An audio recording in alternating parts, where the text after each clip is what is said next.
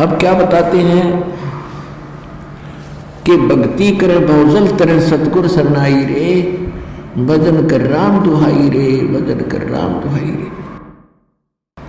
मृगा कठिन कठोर है को कांड काई रे, कस्तूरी है नाभि में ये बाहर बनवाई रे।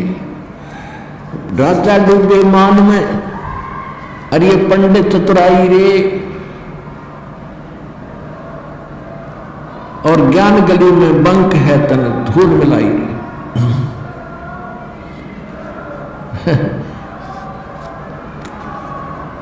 ये भूत आ गया है, गलती से आ जाएगा एक आधा नालायक ढीठ होता है ये भूत। समझदार तो दूर रह जाते हैं, वो भाई क्यों टी तुड़वाई, वहां तो भगवान का दरबार है, पिटोगे। ये एक आधा मूर्ख आ जाए पिटाए पिट, आदत होएगा नहीं पिटने की परमात्मा से,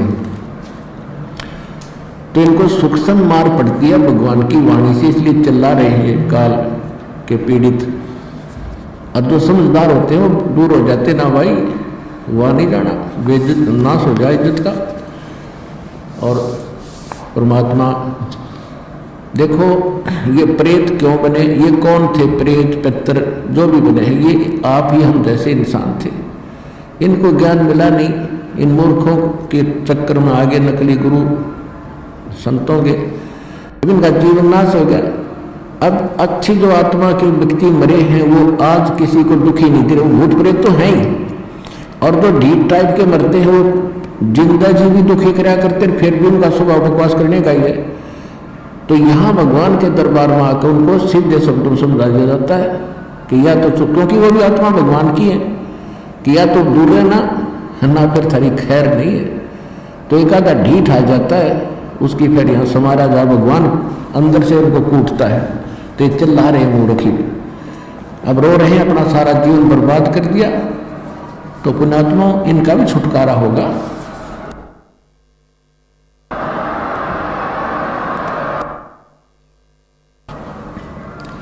अब इनका भी उद्धार होगा, क्योंकि भगवान की वाणी तो सब पे असर करेगी। उसके बच्चे सारे हैं, जीव जंतु, चिट्टी, हाथी, पशु पक्षी, भूत प्रेत, पितर देवता, ब्रह्मा विष्णु महेश, ये सारे उसी कबीर भगवान के बच्चे हैं, और उनका उद्देश्य सभी का उद्धार करना है।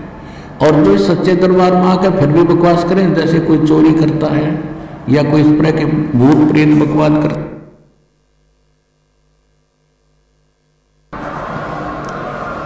तो उनको भयंकर यातना मिलेगी फिर भगवान के दरबार में, और इसी जीवन में उनको बहुत कष्ट उठाना पड़ेगा। तो इसलिए अब ध्यान से सत्संग सुनो। अब क्या कहते हैं, राजा डूबे मान में पंडित चतुराई रे, और ज्ञान गली में बंक है तन दूर मिलाई रे। राजा को यानी थोड़ी सी पोस्ट किसी के पास प्राप्त है, सुख का सांस है, टाइम पर टूक मिल रहा है, कोठी कार है, और शाम में घूटी लाने की माया फालतू मिल जाती है।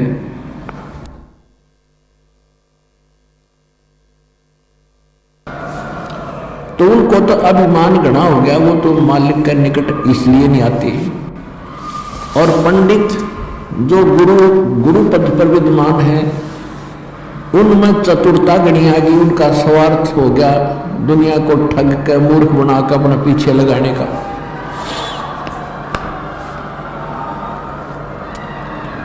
राजा डूबे मान में पंडित चतुराई रे, ये ज्ञान गली में बंक है तन धूल मिलाई रे। उस साहिब को याद कर जिन सोच ये सब सोच बनाई रे, और देखत ही हो जाएगा पर्वत से राई रे।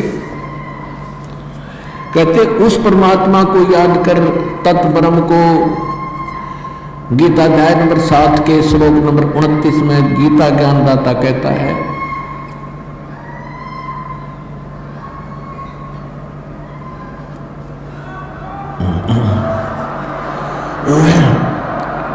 गीता ज्ञानदाता कहता है कि तत्व ज्ञान के प्राप्ति के उपरांत, तत्व दसी संत की प्राप्ति के उपरांत उनको ये ज्ञान हो जाता है कि उस परमात्मा की भक्ति करनी चाहिए। तत्ब्रह्म कहते वो प्राणी केवल जो जरा और मरण से छूटने के लिए प्रयत्न कर रहे हैं। जरा मन बुढ़ापा, वृद्धावस्था का कैर और मरण मृत्यु, जो जरा और मरण से छूटने के मोक्ष प्राप्ति के लिए वो साधना करते हैं, संसार की किसी वस्तु की इच्छा नहीं करते। अर्जुन वो तत्ब्रह्म से और सारे इन कर्मों से और सब अध्यात्म ज्ञान से कंप्लीटली परिचित हैं। तो अर्जुन ने 8वें अध्याय के प्रथम मंत्र में पूछा, भगवान फिर किम तत्ब्रह्म, वो तत्ब्रह्म क्या है, वह परमात्मा कौन है। 8वें अध्याय के 3रे श्लोक में गीता ज्ञानदाता ने कहा कि वो परम अक्षर ब्रह्म है। तो यहाँ गरीबदास जी वही ज्ञान बता रहे, क्योंकि ये सूक्ष्म वेद है, तत्व ज्ञान है, कंप्लीट इन ऑल रेस्पेक्ट है।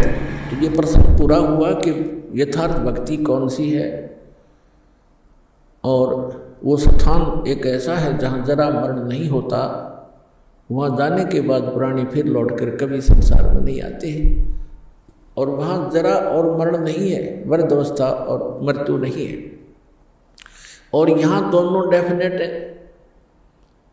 यदि मृत्यु भी है और वृद्धावस्था भी है, लंबी उम्र होगी तो वृद्धावस्था है, बीच में मर गया तो 100 पहाड़ टूट जा परिवार के ऊपर, कमाने वाला एक था, बच्चों का क्या होगा, हुआ तो वृद्धावस्था तो बूढ़ी मौत होगी।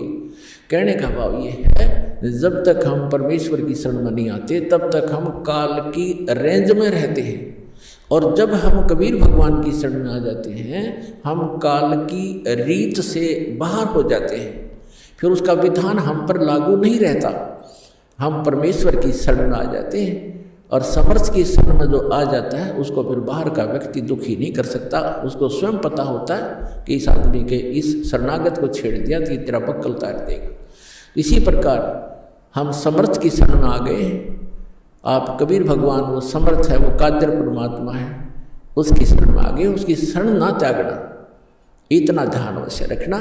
छोटा मोटा कष्ट भी होता है नाम लेने के बाद, तो ऐसे समझना जैसे एक बिल्ली बच्चे उत्पन्न करती है और 2-4 दिन के बाद उन बच्चों को दूसरे घर में ले जाती है, क्योंकि वहाँ वो ये देखती है कि कहीं तेरे बच्चों को यहाँ खतरा ना हो जाए। और इस बात से उसके बच्चे भी परिचित होते हैं कि हम अपनी माँ के संरक्षण में हैं, और वो उनको अपने मुख से पकड़ती है। उसके तीखे दांत होते हैं बिल्ली के, तीखे, और उनको पकड़ती है, और बच्चों को पीड़ा भी होती है। वो ऐसे